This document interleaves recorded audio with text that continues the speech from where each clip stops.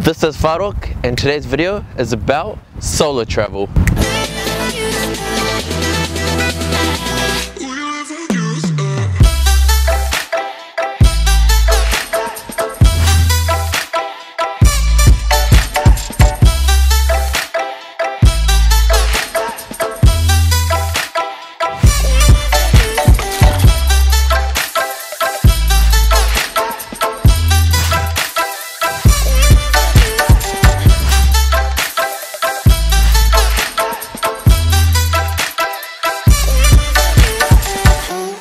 There's many reasons why you should go solo traveling.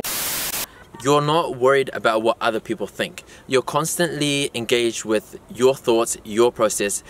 Example, this would be like, okay, you're with a group of friends and they want to do something, but you're not really inclined, but the fact that they say they want to do it, you're more likely to say yes.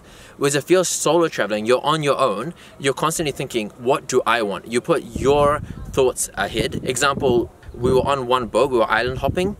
When we got off the boat, some people went and did snorkeling and some went and sat on the beach and read a book. So everyone's got their own things that they enjoy. With this, you can actually decide what you want. You don't have social pressure. You don't have anyone around you constantly telling you, oh, I want to do this, I want to do that. You actually get to find out who you are as a person, and you get to grow as a person as well. Another one of the main points is the fact that you can be very, very spontaneous. You can change it up day to day. Like example, today I'm here on the beach, right? I'm thinking tomorrow I'm going to be doing this. But when you actually wake up the next morning, you don't have to stick to a schedule. You can change it up however you want. So example, you might be, let's say I was hiking a volcano and then I met a group of people and they're like, oh, we're going to do island hopping. And I was like, hey, I'm going to do that as well. I might join you guys. And then all of a sudden you've just changed your plan because you want to do that and it's for yourself. So that's one other thing there, is the fact that you can be spontaneous and you're not locked down to a specific kind of plan. You'll find many people say, oh, you know, you're solo traveling. Don't you get lonely?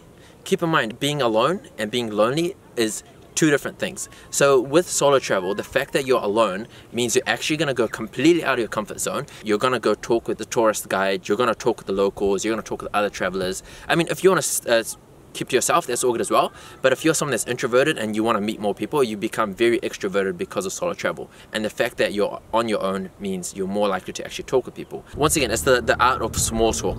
So you constantly have to actually engage with people. It's just starting conversations with people, and then when you come back to, I guess a lot of people when they're traveling say back to reality, right? So when you come back to reality, you can actually take those things you've learned while solo traveling and bring them back into your real life.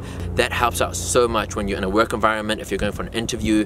There's like no actual pressure on you anymore, and you just learn how to actually start a conversation and keep the conversation going. You actually take your fears head on. Right now, if I want to do something, it's now, I can put it on like a fear list and remove it easily. When I was traveling, there was constantly things that I was scared of.